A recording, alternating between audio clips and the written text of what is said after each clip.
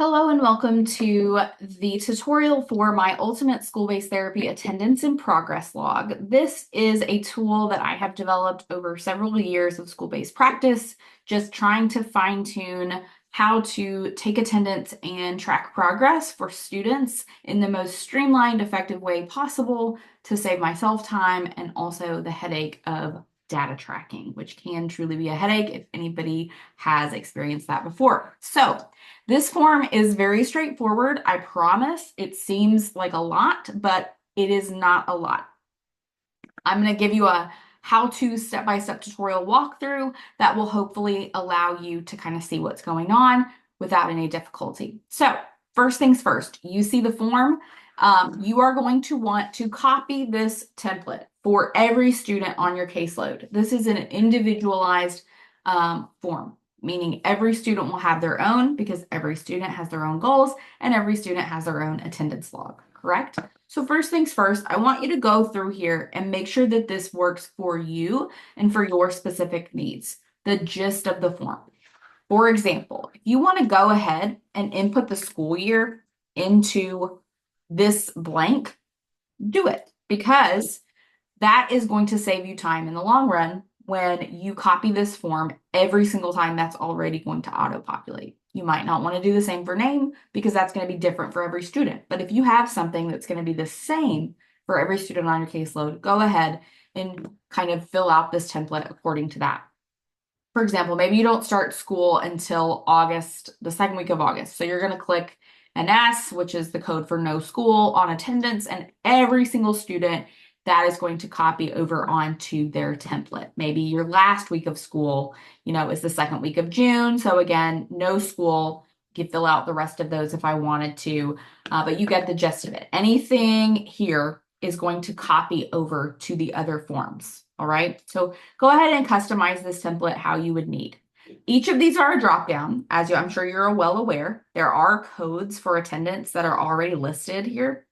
So you can either keep these codes, or if you don't like them, you want to add one, take some away, you can certainly edit these codes, okay? To do that, you're going to click this pencil button. It's going to pull up each of the codes, all right? You can change codes, you can delete codes, click the trash can, and it will update within the system. When you click done, you've changed something, I will note that there are options to apply to everything or just apply to that one box. So if you are changing it and you do want to make it a rule, so to speak, I would recommend adding it to apply to all so that you don't have to go through each individual box and make the changes. All right. So that's how this works. They are color coded. Present is green, absent is red or pink. So you know kind of where you're at. And you can add makeup sessions, etc. If you messed up, simply click delete and it will go back to normal. Okay. So that's how this works. All right. Let's say you have a student that you see twice a week. There are only 5 columns here, right? For every single month. What do? You're going to highlight the row, going to go in ahead and right click, and you're going to hit insert row below. Now, don't freak out. When you insert a row, it's going to look funky and you're going to say, well, that's not how I want it to look. What do? Go back up here. You're going to copy the formatting from the row above, right click, copy. Once you've got the row highlighted, go back down here to the row we just put in and paste. I used my paste feature, but you can right click paste as well. All right. So that's how you're going to do it. If you need to take some away, highlight the row and click delete and it will go away. So that's how you can customize attendance. All right. You can do that for each individual student or you can do it on your template. All right. That's how it's going to work. All right. So once everything looks the way that you want it to look for every student as your baseline template, you're going to go down here to the bottom where it says attendance in progress template, click the arrow and click duplicate. That's going to give you a copy of that exact same form. See how it carried over the attendance in the school year? Anything that you want to carry over to every template, go ahead and change here. All right. Now, once I've made this copy, I'm going to click the arrow and I'm going to click rename. And I'm going to put the student's name here. All right. Sarah student is going to be our guinea pig here. All right. So Sarah student, this is her form. Put it up here. So we know this is Sarah student's specific progress sheet. For her attendance needs, we're going to put, document she was unavailable, she was present. We're going to go through as we need and do this. We're going to insert her goals. Sarah, I could type, Sarah will, whatever.